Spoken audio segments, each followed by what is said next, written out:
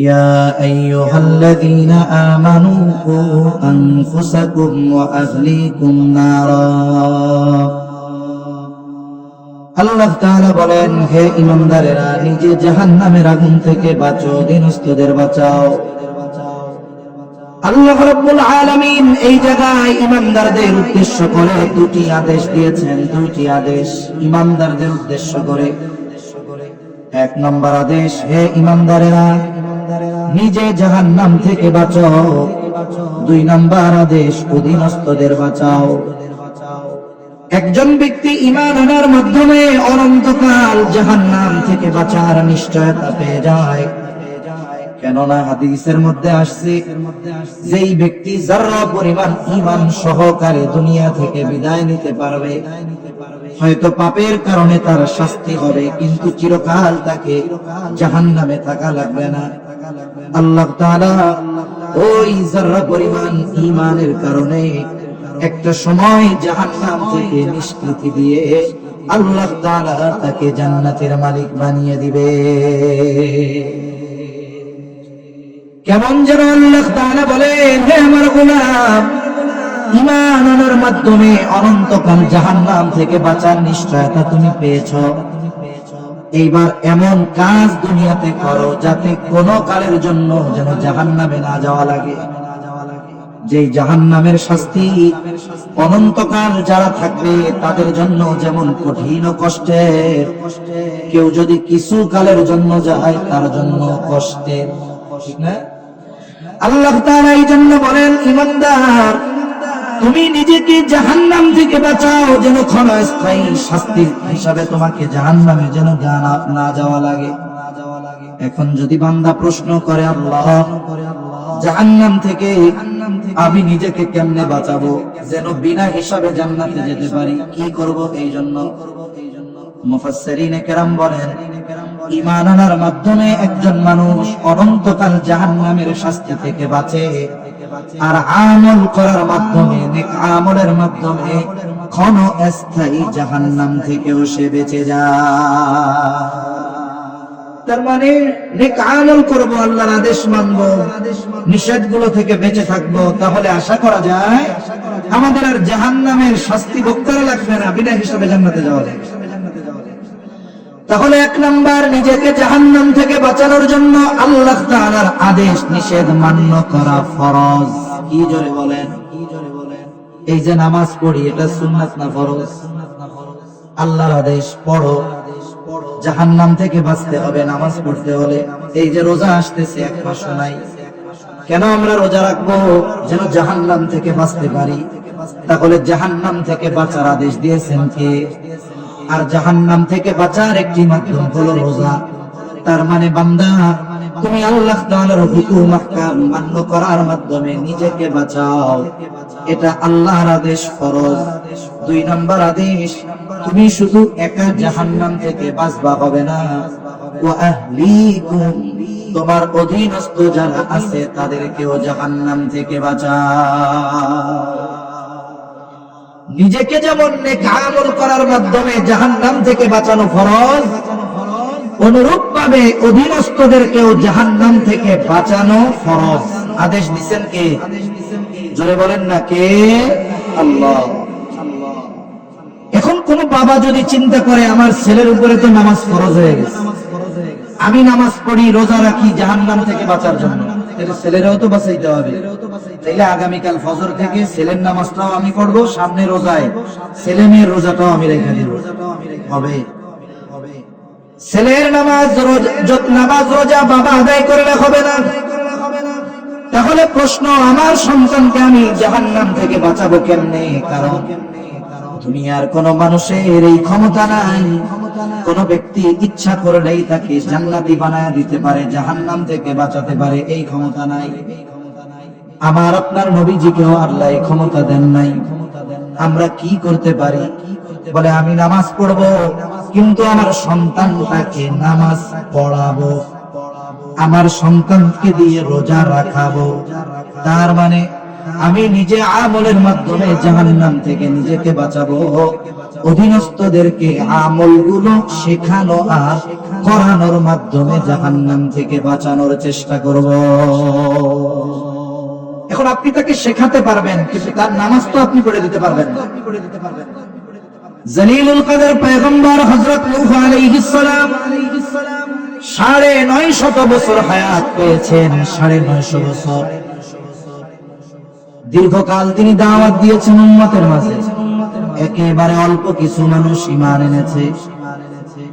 আল্লাহ তাআলার কাছে নূহ আলাইহিস সালাম দোয়া করেছেন, قال نوح رب لا تذر على الأرض من الكافرين ديارا। ও রব, এই জমিনে অবস্থানকারী একটা কাফেরকে আপনি ছেড়ে দিবেন না। দোয়া কবুল হয়ে গেছে। আল্লাহ তাআলা নূহ আলাইহিস সালামকে মহাপ্লাবনের খবর দিলেন। সাথে সাথে বিশাল এক নৌকা বানানোর জন্য আদেশ করলেন। নূহ আলাইহিস সালাম শুকনো জায়গায় নৌকা বানানো শেষ করলেন। আল্লাহ তাআলার এই প্রতিশ্রুত এই মহাপ্লাবন শুরু হয়ে গেল। জমিন ফেটে পানি বের হতে শুরু করলো। সময়ের সাথে সাথে পানি বাড়তেছে। আল্লাহর আদেশে নূহ আলাইহিস সালাম ঈমানদারদেরকে নৌকায় আরোহণ করালেন। নূহ আলাইহিস সালামের একজন সন্তান, সেও ঈমান আনে নাই। বারবার চেষ্টা করেছেন কিন্তু ঈমান আনে নাই।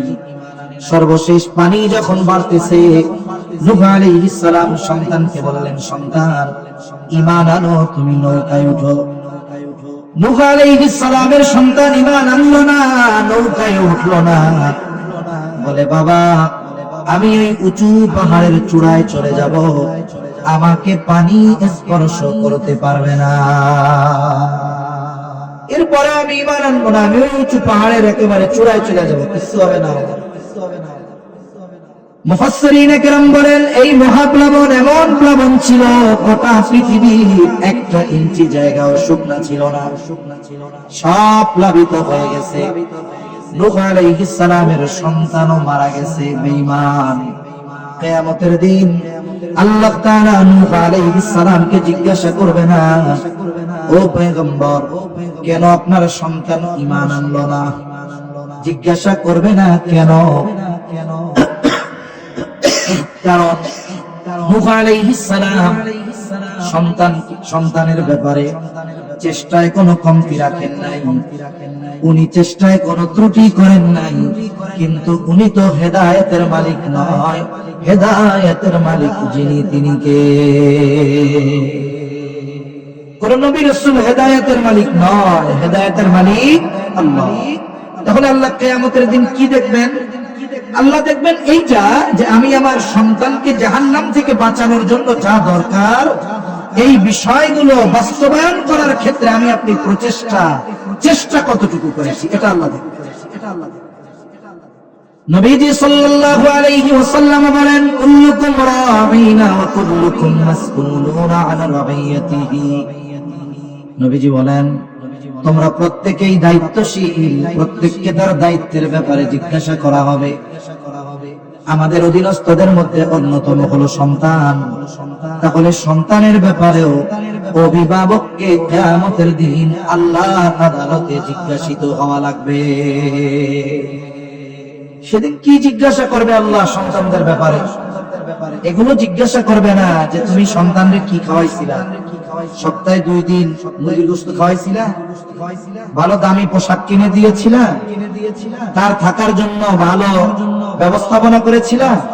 এগুলো কিছুই আল্লাহ জিজ্ঞাসা করবেন না, বরং আল্লাহ জিজ্ঞাসা করবেন তাকে তুমি কতটুকু দিন শিখিয়েছিলে। এইটুকুই অভিভাবককে কিয়ামতের দিন আল্লাহর সামনে জিজ্ঞাসিত হন। এখন বলেন তো, যেই অভিভাবক সন্তানের ক্যারিয়ার গঠন করার চিন্তা করে, তাকে শুধু জাগতিক লাইনে সর্বমেহনত করলো, আল্লাহ না করুন, ওই সন্তান যদি কিয়ামতে জাহান্নামী হয়, তাহলে ওই বাবার বাঁচার উপায় আছে? বাঁচার উপায় নেই, তারা পড়তেই হবে। এজন্য কোরআন এবং হাদিসের এই বিষয়গুলোর আলোকে এটা সুস্পষ্ট যে সন্তানকে দ্বীনের উপরে গড়ে তোলা ফরজ। এখন এই বিষয়টা বাস্তবায়ন কখন থেকে করব, কিভাবে করব, লম্বা কথা নয়, অল্প কথার মধ্যে আমরা জানবো ইনশাআল্লাহ। সাধারণ ধারণা, সাধারণ জেনারেল ধারণা বলে সন্তানের এই তারবিয়াত এটা শুরু হয় সন্তান একটু বড় হবার পরে। ইসলাম বলে না, সন্তানের তারবিয়াত শুরু হয় সন্তান দুনিয়ায় আসার আগে। কেন? যে কোনো অ্যারেঞ্জমেন্ট, যে কোনো আয়োজন সুন্দরভাবে সমাপন করতে হলে এটার প্রস্তুতি আগ থেকে নিতে হয়। মনে করেন আজকে ফজলুর রহমান ইসলামিয়া মাদ্রাসার এই মাহফিল, ফজলুর রহমান ইসলামিয়া মাদ্রাসার এই মাহফিল, এটা কয়টা থেকে শুরু হয়েছে? হয়তো এখানে লেখা বাদ আসর থেকে, 22 জানুয়ারি বৃহস্পতিবার বাদ আসর থেকে। মূল আয়োজন বাদ আসর থেকে মধ্যরাত, ধরেন 12টা সর্বোচ্চ। এখন এই যে আয়োজনটা 6 ঘন্টা কিংবা 7 ঘন্টা, তাই না? মূল আয়োজন কয় ঘন্টা? 7 ঘন্টা। কিন্তু এই মূল আয়োজনের প্রস্তুতি কি আসর থেকে শুরু হয়েছে না আরো অনেক আগ থেকে? অনেক আগ থেকে শুরু হয়েছে, 6 মাস আগ থেকে বা তার বেশি আগ থেকে শুরু হয়েছে। যদি মাইকওয়ালা ভাইরা আজকে চিন্তা করতেন তাহলে তো বাদ আসর থেকে মাহফিল শুরু, আমি আমার মাইক টাইক সবকিছু নিয়ে আসরের সময় মসজিদে আসবো, মাদ্রাসায় এসে নামাজ পড়বো। প্যান্ডেলওয়ালা ভাই, লাইটওয়ালা ভাইরা যদি চিন্তা করতেন আমরাও বাঁশ খুঁটি প্যান্ডেল নিয়ে, সামিয়ানা নিয়ে মাদ্রাসায় এসে আসর পড়বো, বলুন তো তাহলে আসরের পর থেকে নয়, এশার পরেও মাহফিল শুরু করা যায়। এই জন্য যে কোনো জিনিস সুন্দরভাবে করার জন্য, সমাপন করার জন্য এর প্রিপারেশন, প্রস্তুতি আগ থেকে নিতে হয়। এখন আমি আপনি চাই সন্তানকে দ্বীনের উপরে গড়বো, সন্তান একজন নেককার সন্তান হবে, এটা দুনিয়ায় আসার পরে ফিকির করার আগে, ও দুনিয়ায় আসার আগে চিন্তা করা দরকার। এখন আসুন এই সন্তান তারবিয়াতের প্রথম করণীয় কি? 1 নাম্বার, একজন নেককার মা প্রত্যেকটি সন্তানের দ্বীনি তারবিয়াতের সর্বপ্রথম ধাপ একজন নেককার মা। কেন নেককার মা দরকার? বলে নেককার মা দরকার এই কারণে, আধুনিক বিজ্ঞান রিসার্চের পরে বলতেছে যে সন্তানের ক্যারেক্টার গঠন হয় 90% তার মায়ের থেকে। চেহারা গঠন ওইটা বাদ দেন, ওটা পরের হিসাব। মূল তো চরিত্র গঠন হওয়া দরকার, আর এই চরিত্রের 90% গঠিত হয় সন্তানের মায়ের থেকে। এটা মুসলিম কোন গবেষকের গবেষণা নয়, এটা একজন অমুসলিম গবেষকের গবেষণা। ইসলাম তো এই ব্যাপারে 1500 বছর আগে আমাদেরকে নির্দেশনা দিয়ে দিয়েছে। এই জন্য নেককার সন্তান যদি কেউ চায়, একজন নেককার মা দরকার। ইসলাম বলে 4টি জিনিস দেখে মেয়েদের বিবাহ করা হয়। 1 নাম্বার দেখা হয় তার সম্পদ, সৌন্দর্য, 2 নাম্বার সম্পদ, 3 নাম্বার তার বংশ, 4 নাম্বার দেখা হয় তার দিনদারিত্ব। নবীজি দিনদারিত্বের ব্যাপারে বলেন ফাযফার বিযাতিদ দ্বীন, তোমরা দিনকে প্রাধান্য দাও। তার মানে বাকি 3টি বিষয় যদি থাকে, দিনদারিত্বকে এগুলার মধ্যে প্রাধান্য দিবা।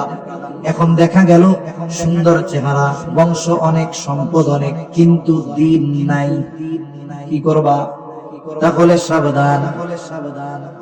যদি এর ব্যতিক্রম হয়, দেখতে একটু শ্যামলা, বংশ অনেক উচ্চ নয়, সম্পদ অনেক নাই, কিন্তু দিনদারিত্বের ক্ষেত্রে কোনো কমতি নাই, বিবাহ করো, সবর করো।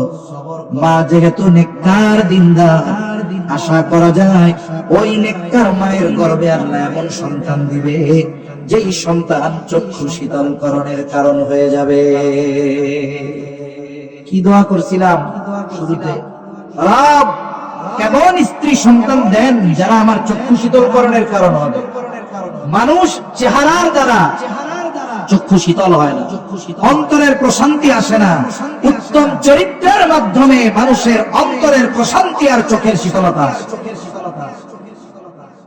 আর একজন নেককার মা, এটা প্রতিটি সন্তানের হক।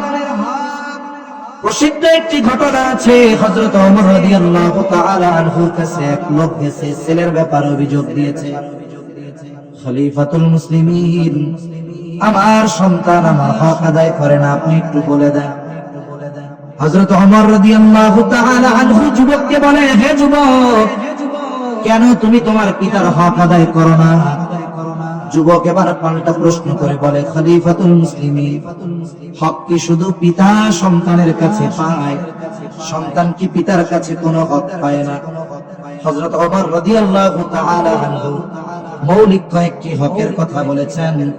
এর মধ্যে সর্বপ্রথম যে হকের কথা তিনি বলেছেন, যে প্রত্যেকটা সন্তানের তার পিতার কাছে প্রথম ও প্রধান হক হলো একজন নেককার মা। একজন নেককার মা, এটা সন্তানের হক। কেন? কারণ সন্তানের চরিত্র গঠন হবে কার থেকে? মায়ের থেকে। আধুনিক বিজ্ঞান আরো অবাক করা বিষয় বলে সন্তান যখন মায়ের গর্ভে আসে, ওই সময় থেকে নিয়ে মার চিন্তা চেতনা, মায়ের কথার আওয়াজ, যখন বাচ্চাটা মার পেটে শ্রবণ শক্তি পায়, মায়ের কথা শুনে, মা যদি কোনো কথা শ্রবণ করে, সেই কথাগুলো পেটের বাচ্চা শুনতে পায়।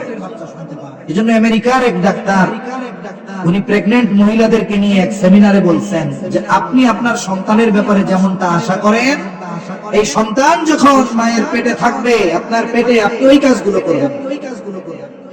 কেন?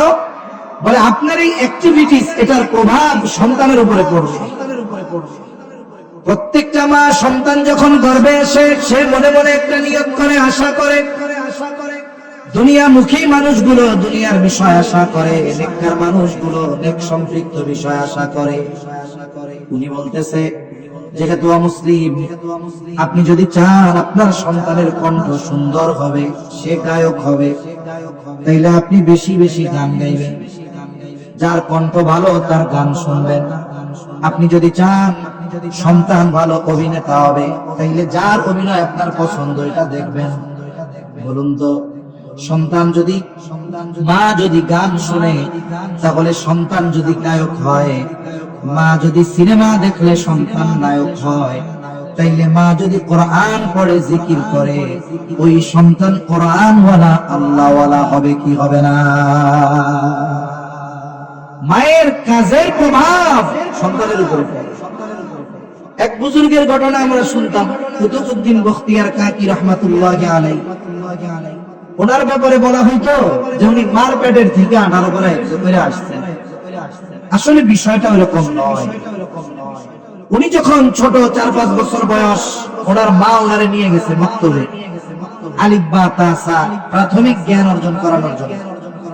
স্বাভাবিকভাবে কোন ছাত্র ছাত্রী যদি মাদ্রাসায় যায়, সর্বপ্রথম ওস্তাদরা নতুন ছাত্র ছাত্রী ভর্তি হবে, তার একটু পরীক্ষা নেয়। কেন পরীক্ষা নেয়?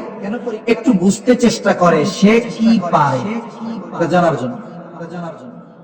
ওস্তাদ ওনারে প্রথমে পরীক্ষা করার জন্য বলতেছে, বলো আউযু বিল্লাহি মিনাশ শাইতানির রাজীম, বিসমিল্লাহির রহমানির রহিম। ওস্তাদ চিন্তা করছে, এটা বলার পরে আলিফ বা তা সা পড়াবো। কুতুবউদ্দিন বখতিয়ার কাকি আউযু বিল্লাহ বিসমিল্লাহ শেষ করলেন, কিন্তু থেমে যান নাই। তিনি পড়া শুরু করলেন, সূরা ফাতিহা শেষ, সূরা বাকারা শেষ, আলে ইমরান শেষ, নিসা শেষ, মায়েদা শেষ, একের পর এক শেষ করতে করতে পড়তে পড়তে 18 পারায় গিয়া উনি স্টপ হয়েছেন। ওস্তাদ মাকে উদ্দেশ্য করে বলে, আপনি কারে আলিফ বা তা সা শিখাইতে নিয়ে আসছেন? আপনার ছেলে দেখি 18 পারা হাফেজ, তাহলে আপনি কি সন্তানকে বাসায় এগুলো শিখিয়েছেন? কুতুবউদ্দিন বখতিয়ার কাকির মা বলে, না না, আমি তাকে এইগুলা শিখাই নাই, তবে শুনাইছি। উনি বলতেছেন, আমার এই সন্তান যখন আমার পেটে আসছে, সে দুনিয়ায় ভূমিষ্ঠ হওয়ার আগ পর্যন্ত কত শত হাজার বার আমি তাকে এই 18 পারা তিলাওয়াত করে শুনাইছি। পেটে থাকা অবস্থায় তার হিসাব নাই, আমি তিলাওয়াত করেছি। বিজ্ঞান কি বলে? বিজ্ঞান বলে, যখন মায়ের গর্ভে সন্তান শ্রবণ শক্তি পায়, মা যেই কথাগুলো বলে, যেই কথাগুলো শোনে, সব কথা ওই গর্ভের সন্তান শুনতে পায়। এরপরে সন্তান ভূমিষ্ঠ হলো। আমার পবিত্রতা অর্জন হবার পর থেকে এই পর্যন্ত আমি আমার সন্তানকে কত হাজার বার এই 18 পারা তিলাওয়াত করে শুনিয়েছি, তার হিসাব নাই।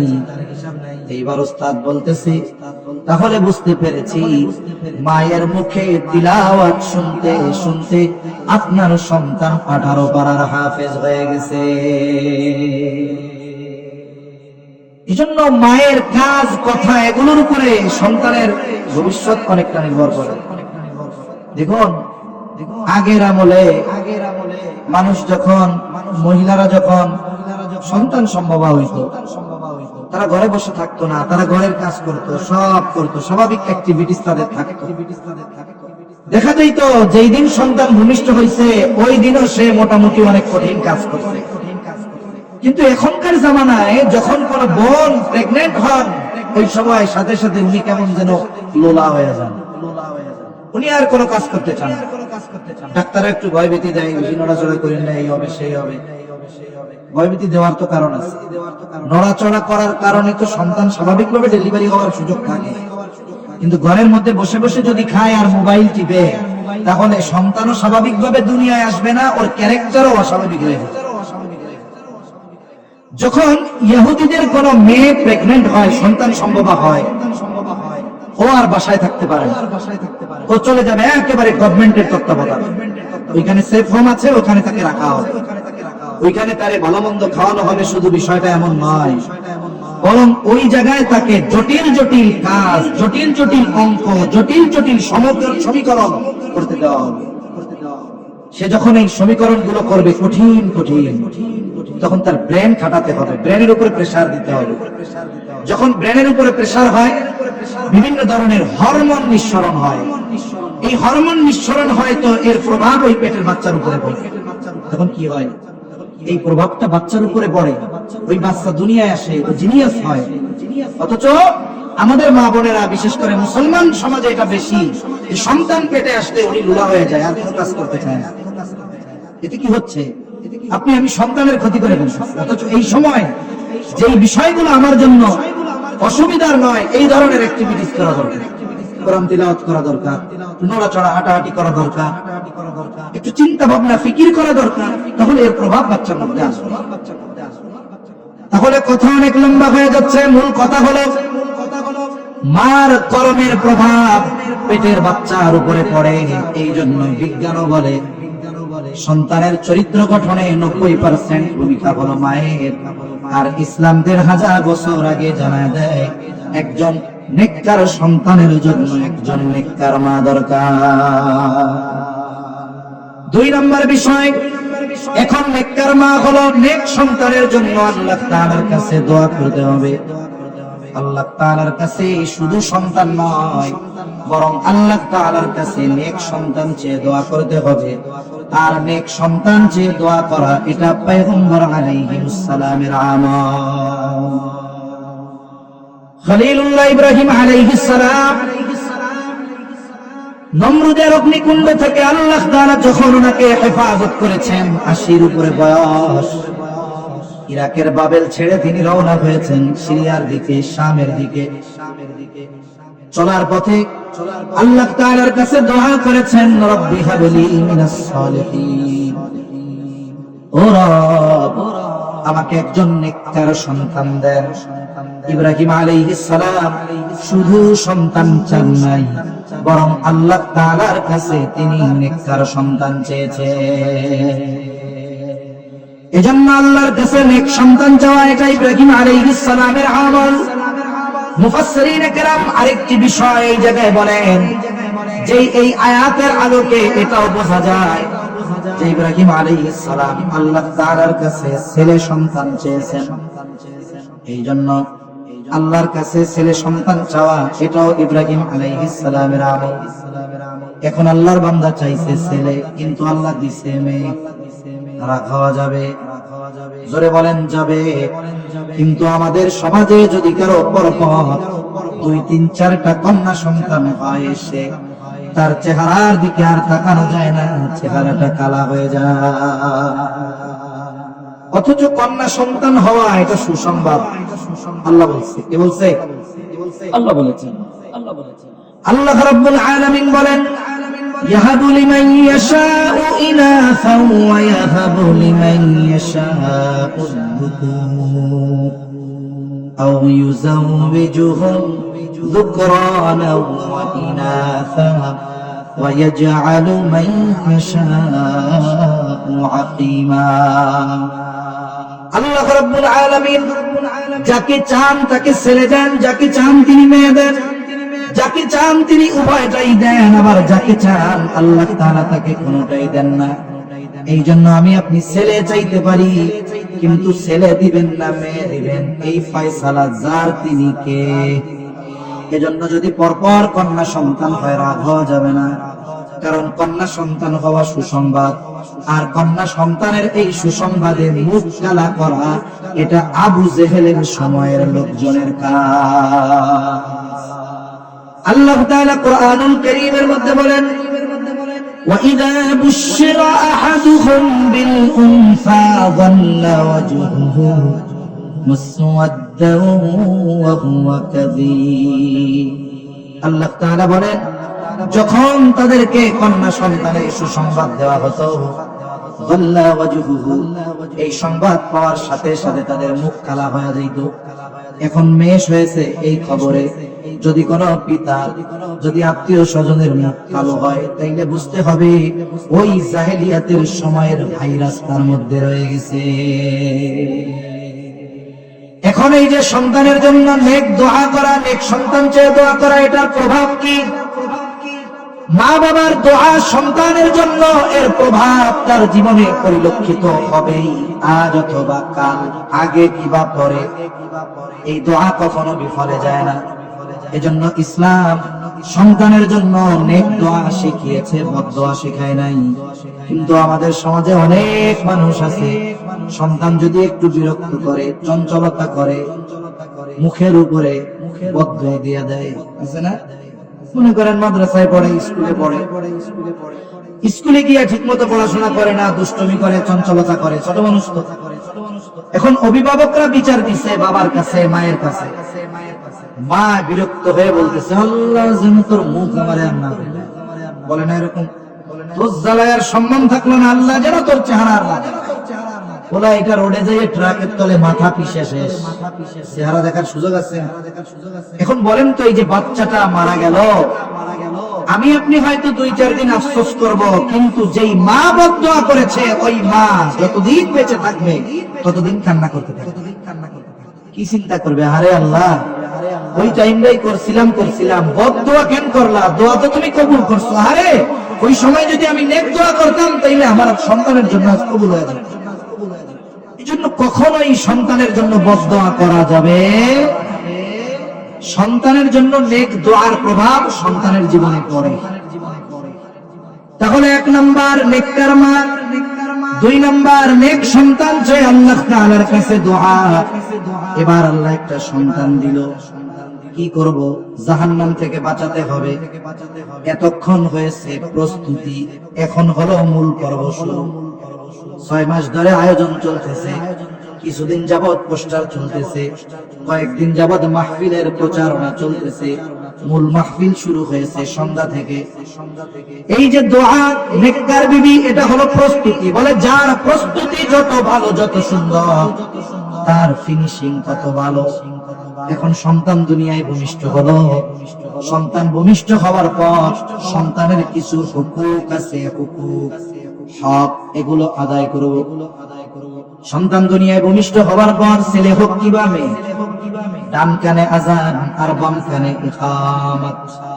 ছেলে হোক অথবা মেয়ে, ডান কানে আযান, বাম কানে ইকামত। কোথায় দিবেন? বলে ওই জায়গায় যদি কোনো পুরুষ না থাকে, নারীরা এই আওয়াজগুলো, শব্দগুলো ওই শব্দ ভূমিষ্ঠ শিশুর কানে পৌঁছায়া দিবে। পুরুষ নাই, নারীরাই দিয়ে দিবে আযান ইকামতের শব্দ। অনেক মানুষ এখনো জানে না। রাত 3টার সময় ছেলে হয়েছে, মেয়ে হয়েছে, 3টার সময় দিছে মসজিদের ইমাম না মুয়াজ্জিনের ফোন। এখন স্বাভাবিকভাবে ইমাম সাহেব বা মুয়াজ্জিন সাহেবরে রাত 3টায় ফোন দেয় কয়েকটা কারণে। ইমাম সাহেব ফোন দিয়ে কয়, কি হয়েছে, কেউ মরছে নাকি? কয় না, ধরা খাইছে, বিয়া দিতে হবে। বুঝেন নাই? অকারেন্স করে ধরা খাইছে, এখন বিবাহ দিতে হবে, এই এক কারণ। আরেকটা হলো অমুকে মারা গেছে, একটু আসেন। তা মুয়াজ্জিনও ফোন ধরছে, ফোন ধরে লাফায় উঠে কয়, ভাই কি হয়েছে, কে মরছে? আরে না, কেউ মরে নাই, আমার একটা পোলা হয়েছে, আপনার লেগে বিকাশে 2000 টাকা হাদিয়া পাঠাবো না, একটু আজান দিয়ে দিয়ে। এখন যদি কুটুরিয়া কেন্দ্রীয় মসজিদের মুয়াজ্জিন সাহেব অথবা নিক্ষণ হাউজিং এর মুয়াজ্জিন সাহেব চিন্তা করে 2000 টাকা হাদিয়া দিব, আজানটা দিয়ে দেই রাত 3টার সময়, তাইলে আমাদের দেশের ইমাম মুয়াজ্জিনদের খেদমত হইল, মনে করেন আপনি একটা মোমবাতি ধরাইয়া দক্ষিণা বাতাসের বিরুদ্ধে দাঁড়িয়ে থাকবেন, প্রচন্ড বাতাস, ওই মোমবাতি জ্বলে থাকতে পারে, কিন্তু ইমাম মুয়াজ্জিনের চাকরি সামান্য কারণে চলে যাবে, ওই মোমবাতি থাকতে পারে কিন্তু চাকরি থাকার নিশ্চয়তা নাই। উনি যদি রাত 3টার সময় উঠে আজান দেয়, আপনার আর ফজরের আজান দেওয়া লাগবে না, আপনি ভাগেন। অবস্থা হলো মানুষ এখনো জানে না, অনেকে বলে যে একটু আজান দিয়ে দেয়, কিন্তু আজানটা কোথায় হবে? বাচ্চার ডান কানে আজান, বাম কানে ইকাম। এইবার 7ম দিন কয়েকটা কাজ আছে। একটা হলো তার চুল, মাথার চুল মুন্ডায় ফেলতে হবে।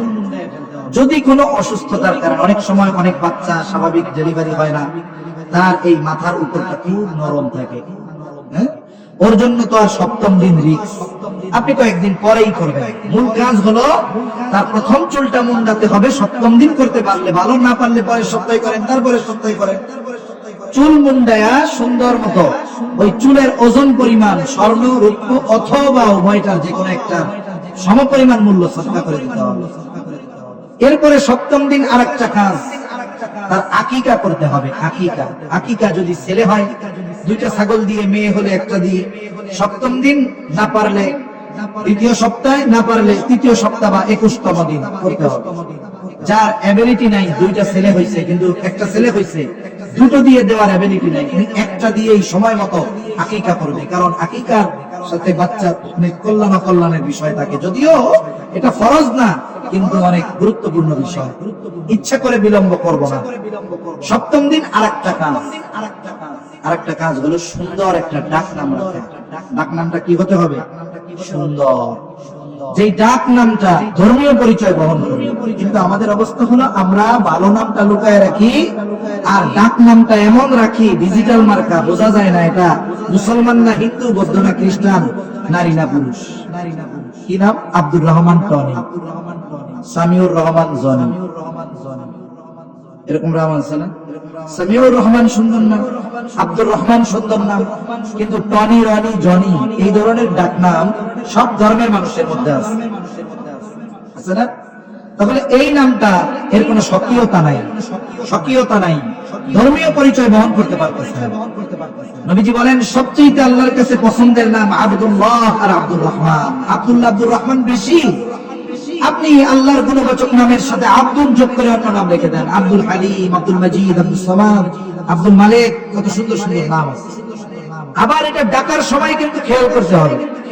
আমাদের দেশে কিছু অঞ্চলে আছে নামটাও দেখা করে না, মনে করেন ওনার নাম আব্দুল খালেক, কিছুদিন পরে আমরা আব্দুল বাদ দিয়ে দেই, এবার শুধু খালেক ডাকি। কিছু অঞ্চলে আছে কিছুদিন পরে এই খালেকও সোজা ডাকে না, ও খালেক কে, ও মালিক কে। খবরদার, ইহুদিদের অভ্যাস ছিল মানুষের নামকে বিকৃত করে ডাকা, এজন্য আমরা নাম বিকৃত করব না, সুন্দর নাম রাখবো। এই কাজগুলো আমরা করবো তো ইনশাআল্লাহ। এরপরে ওই যে সন্তানকে জাহান্নাম থেকে বাঁচাতে হবে, কি করব? একেবারে 5-6 মিনিটের মধ্যে বাকি কথাগুলো শেষ। এবার আসেন, সন্তানকে যদি জাহান্নাম থেকে বাঁচাতে হয়, 1 নাম্বার তাকে ঈমান শেখাতে হবে। কি শেখাতে হবে? জোরে বলেন। 2 নাম্বার তাকে আখলাক শেখাতে হবে। কি শেখাতে হবে?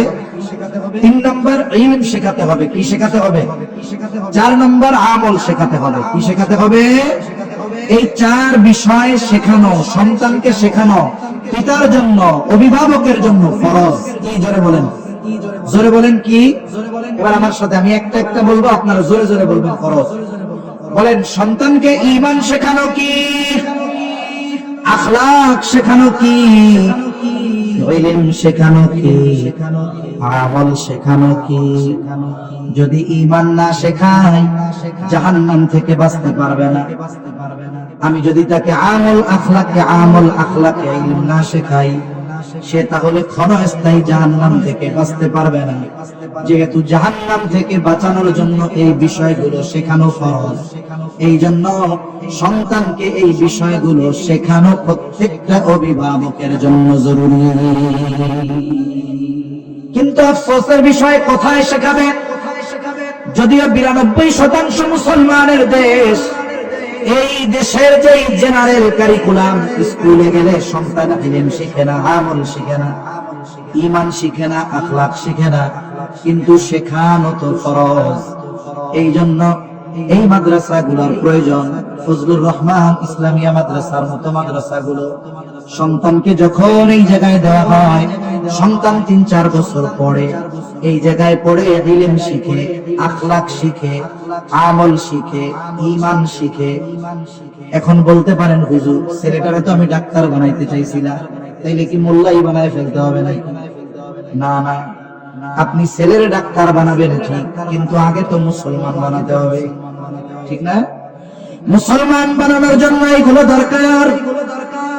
আর আমাদের দেশের নুরানি মাদ্রাসাগুলো এত সুন্দর, স্কুলে যেই জেনারেল সাবজেক্ট গুলো পড়ানো হয় তার চাইতে সুন্দর এবং যত্ন সহকারে নুরানি মাদ্রাসায় গুলো জেনারেল সাবজেক্ট পড়ানো হয়। অনেক নুরানি মাদ্রাসার খবর আমার জানা আছে। এক এলাকায় আগে একটা সময় পিএসসি ছিল, এখন মনে হয় নাই। পিএসসি ছিল, পরীক্ষা ক্লাস 5 এ দেওয়া লাগতো, এটা মনে হয় এখন নাই। এটা ছিল এক সময়। তা নুরানি মাদ্রাসা অনেক জায়গায় 5 পর্যন্ত আছে। তারা একেবারে পিএসসি শেষ করায়া ছাত্রদের ছাড়তো। তা নুরানি মাদ্রাসার সিলেবাস 3 পর্যন্ত, বাকি 2 বছর ওনারা ওনাদের তত্ত্বাবধানে রেখে আরো অনেক কিছু শিখাইতো। দ্বীনি বিষয়ও শিখতো, জেনারেল বিষয়ও শিখতো। আশেপাশের যে কোনো স্কুলের সাথে একটা কন্ট্রাক্ট করে ওই বাচ্চাদেরকে ওই স্কুলের মাধ্যমে কেন্দ্রীয় পরীক্ষা দেওয়া হয়। এক জায়গায় এক স্কুলে 80 জন পরীক্ষা দিচ্ছে, 80 জন।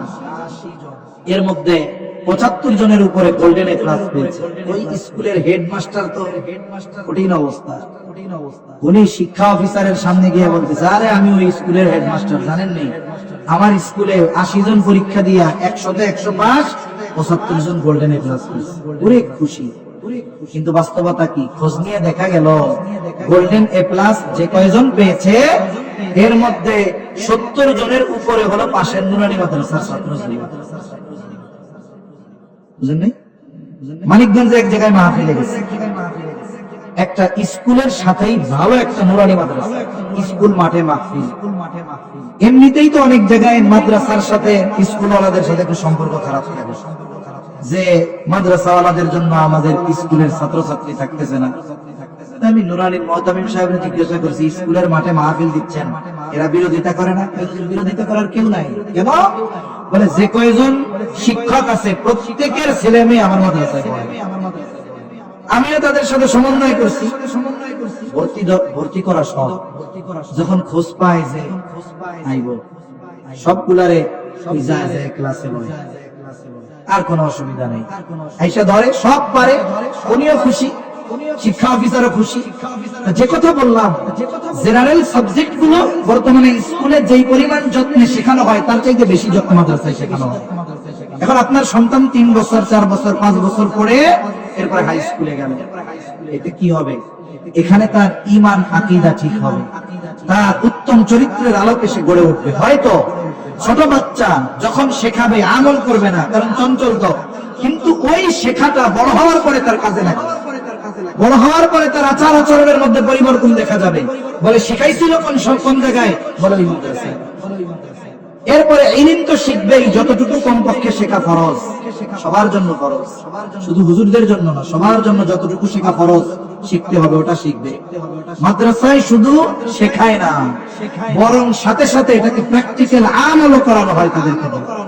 এই 4 বিষয় যদি না হয়, সন্তানকে জাহান্নাম থেকে বাঁচানো সম্ভব নয়। এখন বলুন, অভিভাবক হিসাবে আমরা কি চাই আমাদের সন্তান জাহান্নামে যাক? আমরা কি চাই যে সন্তানের কারণে দুনিয়া আখিরাতে আমরা অপমানিত হই? আমরা কেউ চাই না। দুনিয়ার সবচেয়ে খারাপ বাবাটাও চায় যে আমার সন্তান সবচাইতে ভালো মানুষ হোক। দুনিয়ার সবচাইতে খারাপ মা চায় যে আমার সন্তানটা ভালো হোক। শুনুন, অনেক জায়গায় আছে মা সর্বোচ্চ খারাপ কাজের সাথে জড়িত। আমি জায়গার নাম বললাম না, পত্রিকায় দেখেছি। সেই মা সন্তান হয়েছে, সেই মা সন্তানকে ওই পরিবেশে রাখে নাই, খুলনা এক জায়গায় মাদ্রাসায় পাঠায় দিয়েছে, ছেলেটা হাফেজ হয়েছে। অথচ দেখুন ওই মা সর্বনিকৃষ্ট কাজের সাথে জড়িত। ওই মাও চায় না যে আমার সন্তানের চরিত্রটা খারাপ হোক। ওই মাও আশা করে হয়তো আমি পাপ করেছি, হয়তো আল্লাহর কাছে মাফ চাইবো, যদি আমাকে আল্লাহ মাফ না করে হয়তো ওই সন্তানের কারণে আখিরাতে আল্লাহ হয়তো শাস্তি দিয়ে হলেও মাফ করবে। এজন্য সম্মানিত উপস্থিতি, আমরা আমাদের সন্তানদেরকে আগে এই দ্বীনি বিষয়গুলো শেখাবো তো ইনশাআল্লাহ। আরে এরপরে যদি আপনার মন চায় ডাক্তার ইঞ্জিনিয়ার বানাবেন, বানান দেন, এতে কি সুবিধা? বলে ও যখন জাগতিক শিক্ষায় শিক্ষিত হতে যাবে, ওই জায়গায় তো ফ্রি মিক্সিং আছে, নারী পুরুষ একসাথে পড়ে। সে যখন ইউনিভার্সিটি লেভেলে যাবে, ওইখানে নাস্তিকতা আছে, ওইখানে বাধ্যবাধকতা নাই। সে যদি ইউরোপ আমেরিকায় যায় জ্ঞান অর্জন করতে, ওই জায়গায় তো আরো অবস্থা খারাপ। কিন্তু এই যে ছোটবেলায় আপনি তাকে দ্বীনের ভ্যাকসিন দিয়ে দিচ্ছেন না, ঈমান, আখলাক, ইলম আর আমলের ভ্যাকসিন দিয়ে দিচ্ছেন, ও যখন আমেরিকায় যাবে, ইউরোপে যাবে, ওই জায়গার নাস্তিকতা, কুফরি, ধর্মহীনতা, অশ্লীলতা তার গায়ে লাগবে না। কেন লাগবে না? বলে ওই যে তার গায়ে ঈমান, আখলাক আর ইলম আর আমলের ভ্যাকসিন দিয়ে দেওয়া আছে। একটা মাছ আছে না, কাদার মধ্যে চলে, গায়ে কাদা লাগে না, বাইন মাছ। হ্যাঁ, বাইন মাছ কাদার মধ্যে চলে কিন্তু কাদা লাগে না। ও ওই নাস্তিকদের মধ্যে থেকে জ্ঞান অর্জন করে নিয়ে আসে, ও ইসলাম বিদ্বেষীদের মধ্যে থেকে জ্ঞান অর্জন করে নিয়ে আসবে, কিন্তু ও ইসলাম বিদ্বেষী হবে না, নাস্তিক হবে না। কেন? বলে তাকে এমন ফাউন্ডেশন দিয়ে গড়ে তোলা হয়েছে যে ও বেঈমান হবে না, নাস্তিক হবে না, বরং সে জ্ঞান অর্জন করবে এবং ওই জ্ঞান তার ওই ইলম, আমল, আখলাক আর আমলের কারণে একটা সময় তার জ্ঞান দিয়ে দুনিয়াবাসী, মুসলমানেরা, এলাকার মানুষ উপকৃত হবে ইনশাআল্লাহ। কিনা বলেন? আমরা সবাই চাই যে আমাদের সন্তানেরা ওইরকম মানুষ হোক যে ইসলামের জন্য, দেশের জন্য, মানবতার জন্য অবদান রাখবে। ওই সন্তানের এই অবদান পিতার গর্বের কারণ, ওই সন্তানের এই অবদান দুনিয়ায় পিতামাতা পরিবারের সম্মানের কারণ। আর ওই সন্তান যদি নেককার হয়, দিনদার হয়, আলেম হাফেজ হয়, তাহলে ওই সন্তান ওই পিতামাতার আখিরাতে নাজাতের কারণ হবে। আল্লাহ সুবহানাহু ওয়া তাআলা আমাদের সকলকে আমাদের সন্তানদের ঈমান, আখলাক, ইলম আর আমল যতটুকু দরকার শেখানোর তৌফিক আল্লাহ দান করেন। সকলে বলি আমিন। ওয়া আখিরু দাওয়ানা আলহামদুলিল্লাহি রাব্বিল আলামিন। আসসালামু আলাইকুম ওয়া রাহমাতুল্লাহি ওয়া বারাকাতুহু। সবাই সবার জন্য দোয়া করি, প্রতিষ্ঠানের জন্য দোয়া করি, দুরূদ শরীফ পাঠ করি। আল্লাহুম্মা সাল্লি আলা মুহাম্মাদিন ওয়া আলা আলি মুহাম্মাদ কামা সাল্লাইতা আলা ইব্রাহিম ওয়া আলা আলি ইব্রাহিম ইন্নাকা হামিদুম মাজিদ। আল্লাহুম্মা বারিক আলা মুহাম্মাদিন ওয়া আলা আলি মুহাম্মাদ কামা বারাকতা আলা ইব্রাহিম ওয়া আলা আলি ইব্রাহিম ইন্নাকা হামিদুম মাজিদ। আলহামদুলিল্লাহি রাব্বিল আলামিন ওয়াল আকিবাতু লিল মুত্তাকিন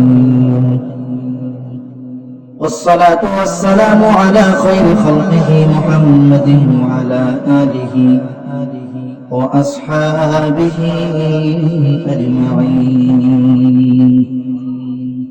ربنا ظلمنا أنفسنا وإن لم تغفر لنا وترحمنا لنكونن من الخاسرين. ربنا آتنا في الدنيا حسنة وفي الآخرة حسنة وقنا عذاب النار. ربنا لا تزغ قلوبنا بعد إذا هديتنا وهب لنا من لدنك رحمة إنك أنت الوهاب. وأفوض أمري إلى الله ইন্নাল্লাহা বাসীরুম বিল ইবাদ। হাসবুনাল্লাহু ওয়া নি'মাল ওয়াকিল, নি'মাল মাওলা ওয়া নি'মাল নাসীর। রব্বুল আলামিন দীর্ঘ রাত পর্যন্ত তিনি আলোচনার পরে গুনাহ মাখা হাত আমরা তুলে ধরেছি। আয় আল্লাহ, যে যেখান থেকে হাত উঁচু করেছে আমাদের বিগত জীবনের সব ধরনের গুনাহগুলো আপনি মাফ করে দেন। আয় আল্লাহ, জেনে না জেনে ইচ্ছায় অনিচ্ছায় আলোতে আধারে শয়তানের ধোঁকায় পড়ে যত গুনাহ করেছি, আয় আল্লাহ আপনি মাফ করে দেন। খাস করে মালিক আমাদের আত্মীয় স্বজন দেশ বিদেশে যে যেখানে আছে মাফ করে দেন। যারা দুনিয়া ছেড়ে চলে গেছে মাফ করে কবরগুলো জান্নাতের টুকরো বানায় দেন। আশেপাশে যত কবরস্থান আছে, যত মুমিন মুমিনাত শহীদ আছে, আল্লাহ সবার কবরগুলো আপনি জান্নাতের টুকরো বানায় দেন। আয় আল্লাহ, যারা অসুস্থ আছে সুস্থতা দান করেন। অনেকে দোয়া চেয়েছে আল্লাহ, কে কোন উদ্দেশ্যে দোয়া চেয়েছে আপনার জানতে বাকি নাই। প্রত্যেকের মনের নেক চাওয়া নেক আশা কবুল করে নেন রব্বুল আলামিন। খাস করে আজকের মাহফিল আপনি কবুল করে নেন। উলামায়ে কেরাম যে যতটুকু আলোচনা করেছে, শ্রোতারা যে যতটুকু শ্রবণ করেছে, আমলের কথাগুলো আমলে পরিণত করার তৌফিক দেন। প্রয়োজনীয় কথাগুলো স্মরণ রাখার তৌফিক দিয়ে দেন। খাস করে মালিক যে মাদ্রাসার উদ্যোগে মাহফিল মাদ্রাসা খানা কবুল করে নেন। আয় আল্লাহ, উস্তাদ ছাত্র পরিচালনায় যারা আছে মুতাওয়াল্লি সহ সকলকে আপনি কবুল আর মঞ্জুর করে নেন। আয় আল্লাহ, মাদ্রাসার যত প্রয়োজনীয়তা আছে গায়বী খাজানা থেকে মিটায় দেন। এই মাদ্রাসা সহ সকল দ্বীনি মাদারিসগুলো সকল ষড়যন্ত্র চক্রান্ত থেকে হেফাজত করে রব্বুল আলামিন। আমাদের সন্তানগুলোকে দুনিয়া আখিরাতের সম্পদে পরিণত করার তৌফিক দিন আল্লাহ। আল্লাহ, খাস করে তামাম দুনিয়ার মুসলমানদের জান-মাল আপনি হেফাজত করেন।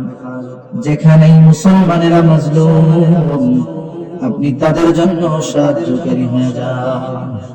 আয় আল্লাহ, আমাদের একে অপরের প্রতি হৃদ্রতা ভালোবাসা বাড়া দেন।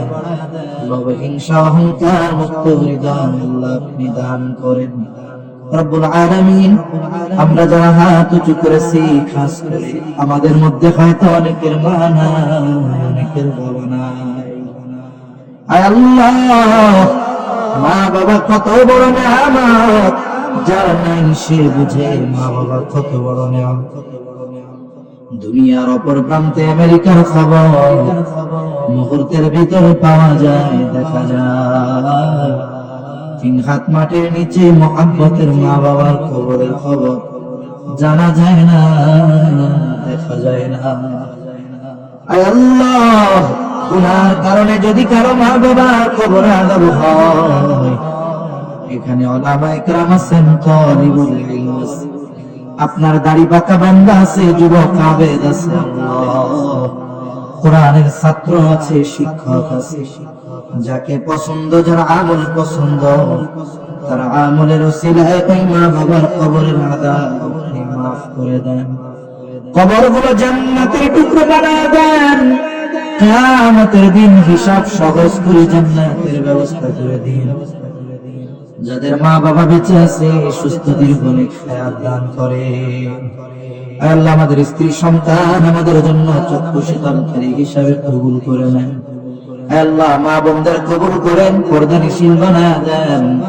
5 ওয়াক্ত নামাজ যথাযথভাবে আদায় করার তৌফিক আল্লাহ দান করেন। আল্লাহ, তরুণ যুবক যারা আছে তারা সহ আমাদের সবাইকে সকল প্রকার পাপাচার অনাচার অশ্লীলতা থেকে বেঁচে থাকার তৌফিক দান করেন। আল্লাহ, অভাবীর অভাব দূর করে দেন। ঋণগ্রস্তের ঋণ পরিশোধের তৌফিক দান করেন। সকলের আয়ের মধ্যে আপনি বরকত দান করেন। রব্বুল আলামিন হারাম থেকে বেঁচে থাকার তৌফিক দেন, হালাল রুজি অন্বেষণের তৌফিক দেন আল্লাহ। রিজিক সংকীর্ণতা দিয়ে আপনি আমাদের পরীক্ষা নিয়েন না। আয় আল্লাহ, এখানে অনেক কর্মজীবী মানুষেরা থাকেন আল্লাহ, আল্লাহ আপনি তাদের আয় বরকত দেন। আল্লাহ, মিল ফ্যাক্টরি ইন্ডাস্ট্রি যেগুলো আছে আল্লাহ, যেগুলো সচল আছে ভালোভাবে চালু রাখার ব্যবস্থা করেন, যেগুলো বন্ধ হয়েছে আয় আল্লাহ চালু করার ব্যবস্থা আপনি করেন। মালিক শ্রমিকদের মধ্যে হৃদ্রতা ভালোবাসার সম্পর্ক আপনি তৈরি করে দেন রব্বুল আলামিন। খাস করে মালিক আমাদের দেশের উপরে খাস রহমত নাযিল করেন, আসমানি জমিনি সকল বালা মুসিবত থেকে আল্লাহ আপনি হেফাজত করেন। আল্লাহ দেশের ব্যাপারে, ইসলামের ব্যাপারে, দ্বীনের ব্যাপারে দল মত নির্বিশেষে ঐক্যবদ্ধ থাকার তৌফিক আল্লাহ দান করেন। রব্বুল আলামিন আমাদের সকলকে বারবার মক্কা মদিনা জিয়ারতের তৌফিক দান করেন। আয় আল্লাহ, কার মনে কি চাওয়া জানি না, সবার মনের নেক চাওয়া নেক আশা আপনি কবুল করে নেন রব্বুল আলামিন। এই দুনিয়া ছেড়ে একদিন আমাদের সবার চলে যেতে হবে। আয় আল্লাহ, কত মায়ের বন্ধন, কত আপনজন প্রিয়জন সব ছেড়ে চলে যেতে হবে। এ পৃথিবী যেমন আছে তেমনি পড়ে রবে, সুন্দর এই পৃথিবী ছেড়ে একদিন চলে যেতে হবে। আয় আল্লাহ, কোন সময় মালাকুল মউত মৃত্যুর পরোয়ানা নিয়ে হাজির হয় বলা যায় না। মালাকুল মউত যখন মৃত্যুর পরোয়ানা নিয়ে হাজির হবে, আপনি আপনার প্রতিটি বান্দার জবানে তাওহীদের কালিমা নসিব করে দিয়ে রব্বানা হাব লানা মিন আজওয়াজিনা ওয়া যুররিয়াতিনা কুররাতা আ'য়ুন ওয়াজআলনা লিল মুত্তাকিনা ইমামা রব্বি রহমহুমা কামা রাব্বায়ানি সগীরা رب ارحمهما كما ربياني صغيرا وصلى الله تعالى على خير خلقه محمد وعلى آله وأصحابه أجمعين آمين برحمتك يا أرحم الراحمين. السلام عليكم ورحمة الله وبركاته. الحمد لله وكفى وسلام على عباده الذين اصطفى. أما بعد فأعوذ بالله من الشيطان الرجيم.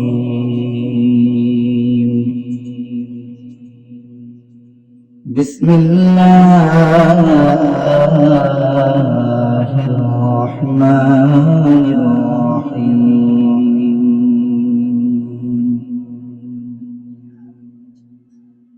يا أيها الذين آمنوا قوا أنفسكم وأهليكم نارا وقودها الناس والحجارة. وقال رسول الله صلى الله عليه وسلم كلكم راعين وكلكم مسؤولون عن رعيته.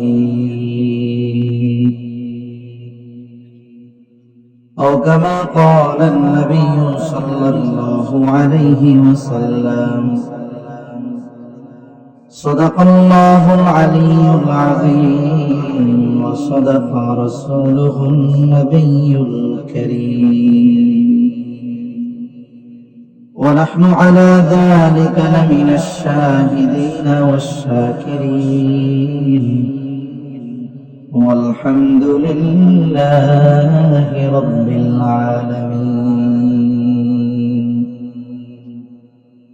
سبحانك لا علم لنا إلا ما علمتنا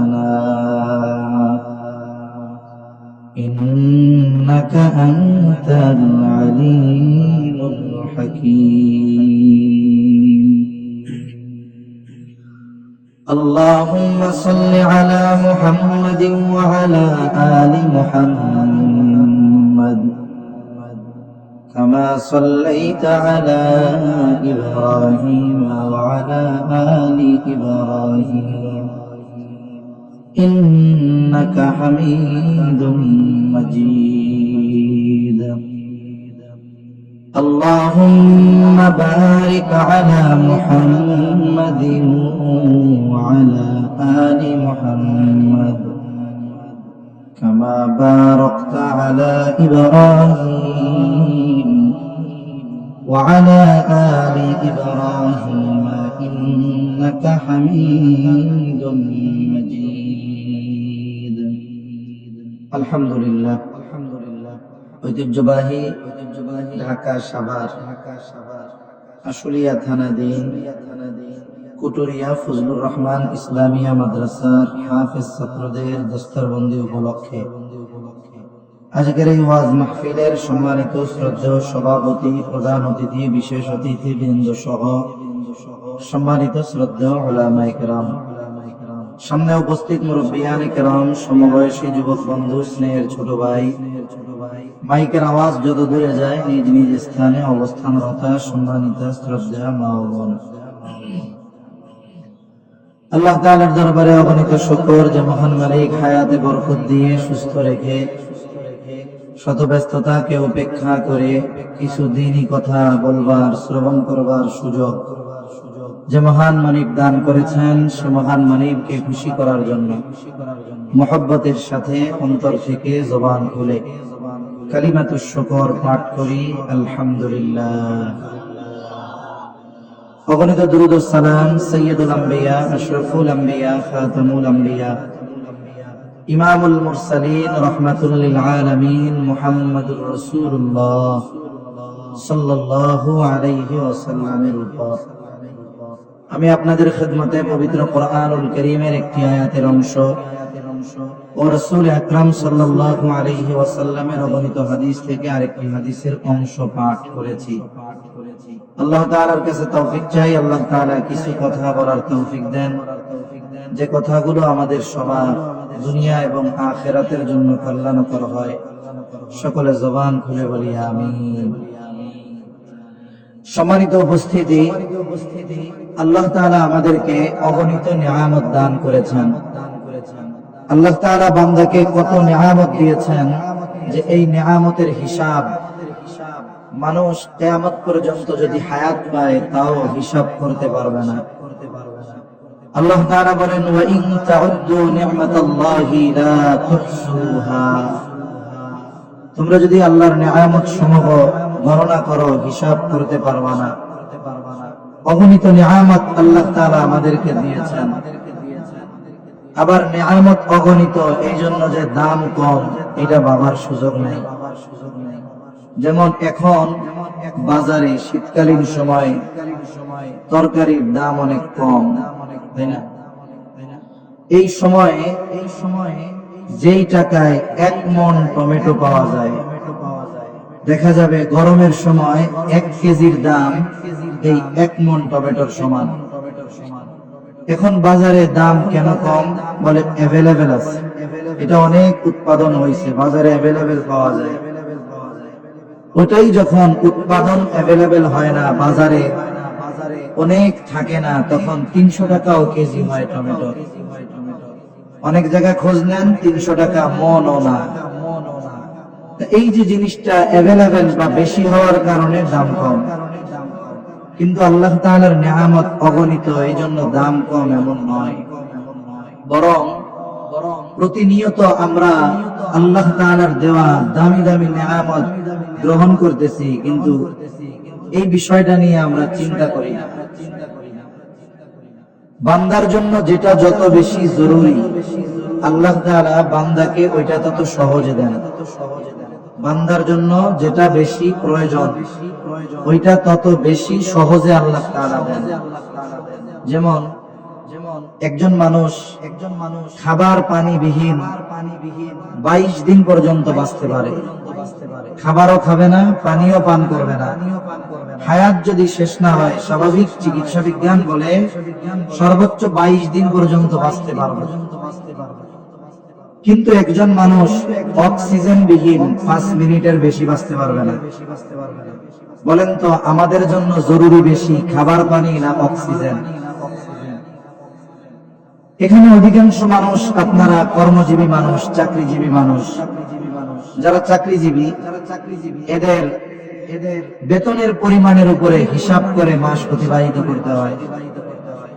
যখন কোন মাসে স্বাভাবিক হিসাবের তুলনায় আউট খরচ বেশি হয়, ওই মাসের শেষ সময়গুলো একটু ঝামেলা কষ্টের মধ্যে কাটে। দেখা গেল বেতন পাইতে এখনো বাকি আছে 10 দিন, ঘরে যেই পরিমাণ খাবার আছে এটা 5 দিন চলবে। কয়দিন? বেতন পাইতে বাকি কয়দিন, খাবার আছে ঘরে কয়দিনের? 5 দিনে। যখন ঘরের খবর যারা রাখে, গৃহিণী, ঘরের মানুষ, উনি যখন বলবে যে বেতন পাইতে তো আপনার আরো 10 দিন, কিন্তু যা খাবার আছে বাজার এটার 5 দিন চলবে, এখনো 5 দিনের খাবার আছে, এই 5 দিন বাঁচবো কি বাঁচবো না এর নিশ্চয়তা আছে। কিন্তু বলেন তো ওই মানুষটা যিনি উপার্জন করেন, ঘরে 5 দিনের খাবার থাকার পরেও বেতন যে 10 দিন পরে পাবে, এই কারণে টেনশন, পেরেশানি, চিন্তা আছে না নাই? অথচ এখনো 5 দিনের খাবার ঘরে আছে। কিন্তু যেই অক্সিজেন বিহীন 5টা মিনিট বেঁচে থাকা সম্ভব নয়। আমাদের মধ্যে কে আছেন, কে আছি আমরা রাতের বেলা শোয়ার সময় এই চিন্তা করছি যদি সকালে অক্সিজেন না পাই? এই চিন্তা করা লাগে আমাদের? জোরে বলেন লাগে? কেন লাগে না? বলে বান্দার বেঁচে থাকার জন্য এটা অতি জরুরি। এই জন্য এই অতি জরুরি বিষয়টা আল্লাহ তাআলা অতি সহজে দিয়েছেন। যদি অক্সিজেন কিনে ব্যবহার করা লাগতো ওই রকম খাবার পানি তরকারি এগুলার মতো, তাহলে আমাদের বেঁচে থাকা অসম্ভব হয়ে যেত। যে কথা বলতেছিলাম, আল্লাহ অগণিত নিয়ামত দিয়েছেন। এই নিয়ামত গুলো অগণিত, এই জন্য কম দামি নয়, বরং দামি দামি নিয়ামত, অতি প্রয়োজনীয় নিয়ামত অতি সহজে যিনি আমাদের দিয়েছেন তিনি কে? এই অগণিত দামি নিয়ামতের মধ্যে অন্যতম এক দামি নিয়ামত হলো সন্তান। সন্তান কেমন দামি নিয়ামত? যদি কোনো ব্যক্তির হাজার হাজার কোটি টাকা থাকে, হাজার হাজার কোটি টাকা, কিন্তু এই ব্যক্তির কোনো সন্তান নাই, এই ধরনের টাকার মালিককে যদি প্রশ্ন করা হয় যে আল্লাহ আপনাকে হাজার হাজার কোটি টাকা না দিয়ে জীবন চলার মতো যদি সম্পদ দিত, সাথে সাথে যদি 2টা সন্তান আল্লাহ দিত, নেক সন্তান, ভালো সন্তান, আপনার জন্য কোনটা পছন্দের হতো? নিঃসন্দেহে ওই ব্যক্তি বলবে হাজার কোটি টাকা না থেকে জীবন চলার মতো সম্পদ থাকতো আর 2টা ভালো সন্তান থাকতো, এটা আমার জন্য বেশি আনন্দের, বেশি ভালো হইতো। কেন? কারণ আমি মারা যাবার পর এই হাজার কোটি টাকার সম্পদ মানুষেরা ভাগ বাটোয়ারা করে নেবে। আমি মারা যাওয়ার কিছুদিন পর আমার সম্পদ যারা নিবে তারা ভুলে যাবে। কিন্তু আমার যদি একটা নেককার সন্তান থাকে, কমপক্ষে মাঝে মধ্যে আমার জন্য একটু দোয়া করবে। তাহলে সম্পদ আছে, সন্তান নাই, ওই ব্যক্তির শান্তি নাই। সন্তান আছে, সম্পদ নাই, ওই ব্যক্তির কি নাই? শান্তি নাই। আরেকজনের সম্পদও আছে, সন্তানও আছে, অঢেল সম্পদ, 2টা ছেলে আছে বা 2টা সন্তান আছে, কিন্তু সন্তান 2টি অবাধ্য, মাদকাসক্ত। বলেন তো এই অবাধ্য মাদকাসক্ত 2টা সন্তান টাকাওয়ালার ঘরে থাকলেও শান্তি আছে? তাহলে সম্পদ আছে, সন্তান নাই, ওই লোকের শান্তি নাই। সম্পদ আছে, সন্তানও আছে, সন্তান বদকার হওয়ার কারণে শান্তি নাই। কিন্তু যেই ব্যক্তির অঢেল সম্পদ নাই, জীবন চলার মতো সম্পদ আছে, কিন্তু আল্লাহ তাআলা তাকে 2টা সন্তান দিছে, সন্তানগুলো নেককার, অথবা সন্তানগুলো হাফেজ হয়েছে, আলেম হয়েছে, কষ্ট করে থাকতে হয়, হিসাব করে খাইতে হয়, অনেক সময় লম্বা পথ পায়ে হেঁটে চলতে হয়, জীবন কোনো মতে চলে আর কিন্তু ঘরে নেককার বিবি, নেক সন্তান, এই লোকের সম্পদ নাই কিন্তু ওই নেককার সন্তানের কারণে শান্তি আছে না নাই? শান্তি আছে। এজন্য নেককার সন্তান এটা আল্লাহর পক্ষ থেকে দামি এক নিয়ামত।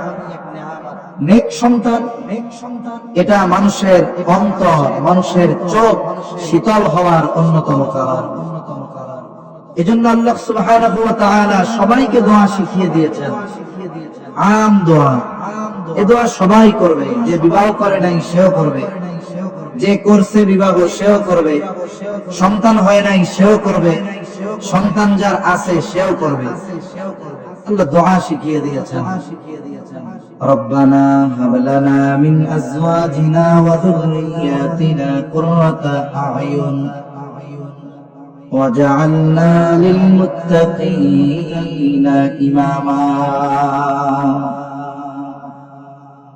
আল্লাহ তাআলার কাছে দোয়া করবে, আল্লাহ শিখিয়ে দিয়েছেন, ও রব আপনি আমাকে এমন স্ত্রী সন্তান দান করেন যারা আমার চক্ষু শীতলকরণের কারণ হবে। ওয়াজআলনা লিল মুত্তাকিনা ইমামা, আর আপনি আমাদেরকে মুত্তাকিনদের ইমাম বানায় দেন। এইরকম স্ত্রী সন্তান আমরা সবাই আশা করি কি করি না? কিন্তু সমস্যা হলো আমাদের আশা একরকম, আমাদের কাজ আর একরকম। আশা একরকম, কাজ আর একরকম। এক লোক খুব যত্ন করে কলা গাছ লাগাচ্ছে। কি গাছ? কলা গাছে কি কাঁঠাল হয়? কাঁঠাল হয় না। এখন জিজ্ঞাসা করতেছে আর একজন, কি লাগান? তো কলা গাছ লাগাই, বড় হইলে আম খাবো, এরপরে কেটে ফার্নিচার বানাবো। ওনার আশা কি? যে গাছ লাগাচ্ছে এটা দিয়ে আম খাবে, এরপরে এটাকে কেটে উনি ফার্নিচার বানাবে। বলেন তো এটা কি সম্ভব? যদি সারা দেশের হুজুরদের আইনা দোয়া করায় যে দোয়া করেন যেন আম, এই কলা গাছে আম ধরে, এটা কি সম্ভব? সম্ভব নয়। আমরা চাই নেককার বিবি, নেককার সন্তান, যেই সন্তান আমার চক্ষু শীতলকরণের কারণ হবে। এটা সবাই চাই, এখানে সবাই চায়। একজন পিতা সে যদি সর্বোচ্চ খারাপ হয়, সর্বোচ্চ খারাপ, সেও চায় তার সন্তান ভালো হয়। আমরা সবাই চাই, কিন্তু আমাদের চাওয়াকে পূরণ করার জন্য যেই কাজ সেটা আমরা করি না। ইসলাম অবশ্য এই বিষয়টা আমাদের জন্য জরুরি করে দিয়েছে। এই সন্তান নামক নিয়ামত, এটা আমাদের কাছে আমানত। সন্তান যেমন নিয়ামত, এই সন্তান আল্লাহর পক্ষ থেকে অনুরূপ আমানত। সন্তান এমন এক নিয়ামত, এই সন্তানের কারণে দুনিয়ায় অনেক বাবা মা সম্মানিত হয়। সন্তান এর কারণে অনেক মা বাবা দুনিয়ায় অপমানিত হয়। সন্তান এমন এক নিয়ামত, কিয়ামতের দিন এই সন্তানের কারণে দুনিয়ার অনেক নেককার মা বাবা অপমানিত হবে। সন্তান এমন এক নিয়ামত, এই সন্তানের কারণে কিয়ামতের দিন অনেক পাপী মা বাবা আল্লাহর কাছে সম্মানিত হয়ে যাবে।